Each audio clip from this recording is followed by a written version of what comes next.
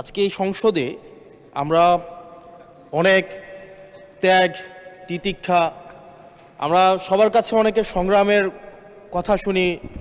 তারা অনেক লড়াইয়ের মধ্য দিয়ে আজকে এই সংসদটি আমাদের প্রজন্মের জন্য আসলে আমরা আজকে যা কাজ করছি না কেন সেগুলো হচ্ছে আমাদের প্রজন্মের জন্য।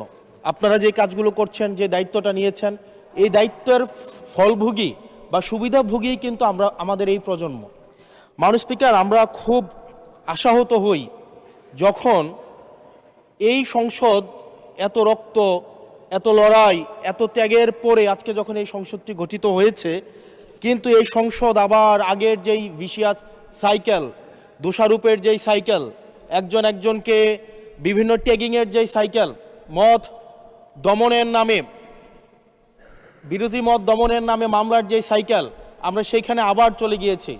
ক্যাম্পাসগুলো আবার আনরেস্টের দিকে যাচ্ছে, অস্থিতিশীল পরিবেশ সৃষ্টি হচ্ছে, বিরোধী দল মত দমনের জন্য মামলা করা হচ্ছে, প্রতিমন্ত্রীকে ফেসবুকে লেখার কারণে বাসা থেকে তুলে নিয়ে আসা হচ্ছে, হুইপকে সমালোচনা করলে বাসা থেকে তুলে নিয়ে আসা হচ্ছে। আবার আমরা আগের সংস্কৃতিতে আমরা চলে যাচ্ছি, যেখানে মাননীয় প্রধানমন্ত্রী নিজে কার্টুন শেয়ার করে বিভিন্ন স্যাটায়ার, বিভিন্ন মকারিকে প্রমোট করছে, বিরোধী মতকে প্রমোট করছে। সেইখানে এই সংসদ গঠিত হওয়ার পর থেকে আজকে পর্যন্ত 9টা ঘটনা ঘটেছে যেখানে মত প্রকাশের জন্য আজকে বাসা থেকে তুলে নিয়ে আসা হয়েছে। মাননীয় স্পিকার, আমরা মত প্রকাশের স্বাধীনতা চাই। মত প্রকাশের স্বাধীনতা আগেও ছিল, মত প্রকাশের স্বাধীনতা আওয়ামী লীগের সময় ছিল, তবে সেটা সহমত প্রকাশের স্বাধীনতা। আমরা এই পার্লামেন্টের পরে আমরা শুধুমাত্র মত প্রকাশের স্বাধীনতা নয়, আমরা দ্বিমত প্রকাশের স্বাধীনতা চাই। আমরা এখানে দাঁড়িয়ে মাননীয় প্রধানমন্ত্রীর সমালোচনা করতে চাই। আমরা নির্ভয়ে ফেসবুকে আমরা ব্যাকস্পেস ব্যবহার করতে চাই না। কিন্তু আবার একটা ভয়ের পরিবেশ সৃষ্টি করা হচ্ছে, আবার একটা আতঙ্কের পরিবেশ সৃষ্টি করা হচ্ছে। আমরা দেখলাম সিলেক্টিভ এক ধরনের বিরোধিতার পরিবেশ তৈরি করা হচ্ছে। আমাদের সমাজের যারা গ্রহণযোগ্য এক ধরনের পলিটিক্যালি এলিট শ্রেণীর নারীদেরকে নিয়ে যখন সমালোচনা করা হয়, তখন সেটাকে নারীদের বিরুদ্ধে এটাকে বিবেচনা করা হয়। কিন্তু যারা পলিটিক্যালি পিছিয়ে পড়া জনগোষ্ঠী রয়েছে, গার্মেন্টস কর্মী রয়েছে, যারা হচ্ছে এই দেশের অর্থনীতির চাকাকে সচল করার জন্য রাত দিন পরিশ্রম করে যাচ্ছে, গ্রামগঞ্জের নারীরা মায়েরা যারা রাত দিন পরিশ্রম করে যাচ্ছে, তাদেরকে যখন স্লাট শেম করা হয়, গালি দেওয়া হয়, সেটাকে আমরা নারী বিরোধিতা হিসাবে আমরা সেটাকে আমলে নেই না। এই ধরনের সিলেক্টিভ নারী বিরোধিতা করা, এই ধরনের সিলেক্টিভ নারী সমালোচনা করার যেই ধরনের প্রবণতা রয়েছে, সেই জায়গাগুলো থেকে মাননীয় স্পিকার আমাদেরকে বেরিয়ে আসতে হবে।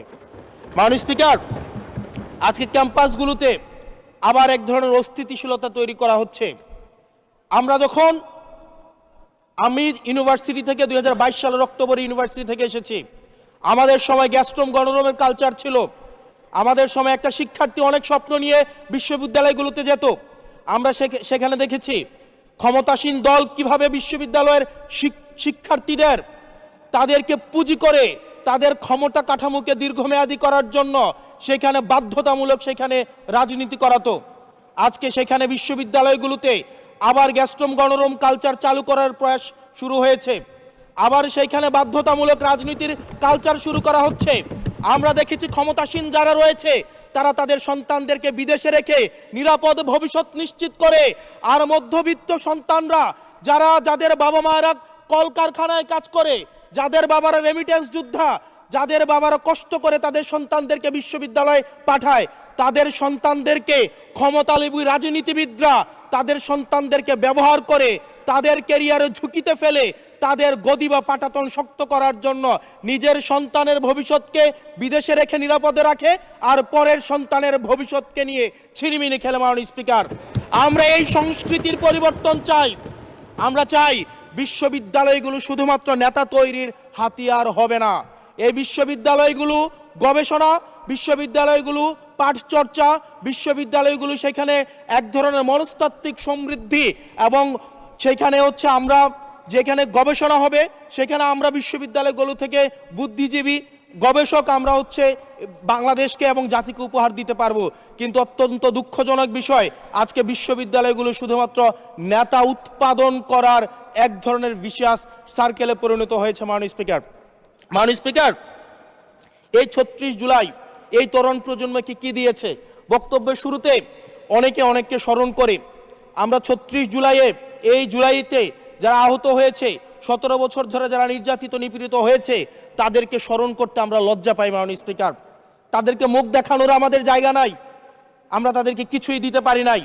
আমরা একটা কাঠামোগত পরিবর্তনের জন্য আমরা আজকে এই সংস্কার, আমাদের কাঠামোগত পরিবর্তনের জন্য আজকে আপনাদের এই লড়াইটা ছিল, এই সামগ্রিক হাউজের লড়াই ছিল। আমি চ্যালেঞ্জ করে বলতে পারি, যদি 2009, 10, 11, 12, 13, 14 সালে আমি সংসদে বসে কিছুক্ষণ আগে আমি 2009 সাল পরবর্তী থেকে 12 সাল পর্যন্ত যেই সংসদের যে বিতর্কগুলো ছিল, আমি বিতর্কগুলো পড়ার চেষ্টা করছিলাম। মাননীয় স্পিকার, যদি আজকে এটা 2014 সালের সংসদ হতো, আর যে সংস্কার প্রস্তাবগুলো এই পাশ থেকে দেওয়া হয়েছে, ঐকমত্য কমিশন থেকে দেওয়া হয়েছে, এই সংসদের একজনকেও খুঁজে পাওয়া যেত না যে এই সংস্কারের বিরুদ্ধে অবস্থান নিত। আজকে মানবাধিকার কমিশনকে ল্যাপস করে দেওয়া হয়েছে। মানবাধিকার কমিশনকে ল্যাপস করা হয়েছে, বারবার করে বলা হচ্ছে আরো শক্তিশালীভাবে হচ্ছে মানবাধিকার কমিশন নাকি উত্থাপন করা হবে। আজকে পুলিশ সংস্কার কমিশন, আজকে অর্ডিন্যান্স সেখানে বাতিল করে দেওয়া হয়েছে, বলা হচ্ছে আরো পুনর্বিবেচনা সাপেক্ষে সেখানে হচ্ছে এই সংসদ উত্থাপন করা হবে।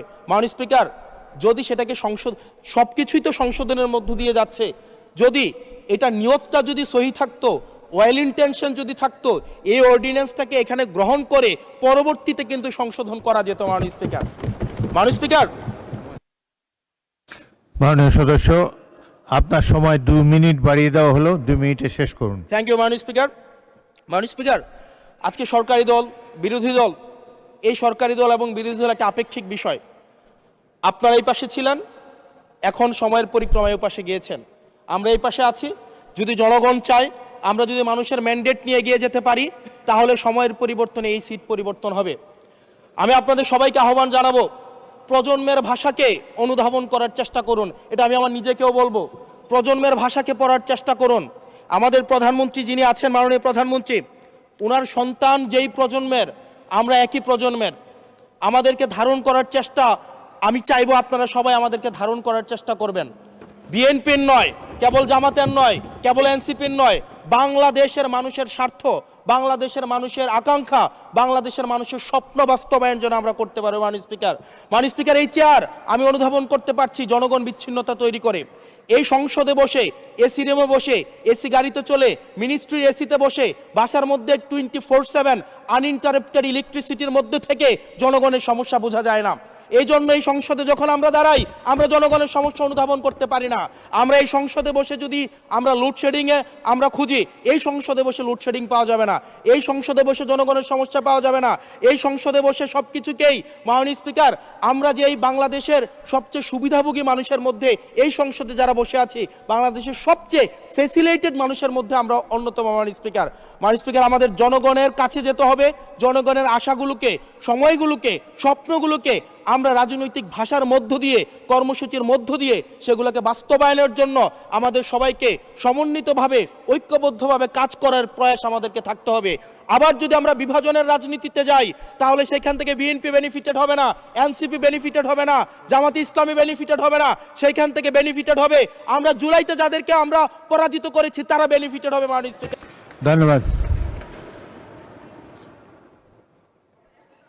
ওকে, লাস্ট মিনিট। সেজন্য আজকে এই সংসদে আমাদের একটা ন্যাশনাল এগ্রিমেন্টের দিকে যেতে হবে। আমরা পলিসির জায়গায় আমাদের বিরোধিতা থাকবে, পলিসির জায়গায় আমরা এগ্রিমেন্টের মধ্যে থাকবো, কিন্তু আমাদের একটা রেড লাইন টানা উচিত। এই লাইনটা আমরা ক্রস করব না। আমরা যখন শুনতে পাই যে একটা রাজনৈতিক দলকে নির্মূল করার আহ্বান একটা সরকার দল থেকে আসে, সেই বাংলাদেশে আমরা মাননীয় স্পিকার ফিরতে চাই না।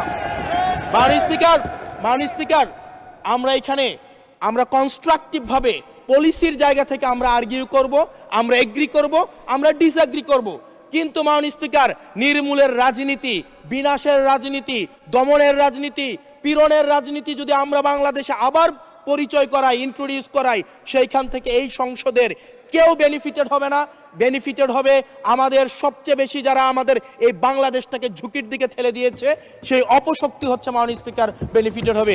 সেজন্য আমরা ঐক্যবদ্ধভাবে ধন্যবাদ। বাংলাদেশটাকে বিনির্মাণ করি।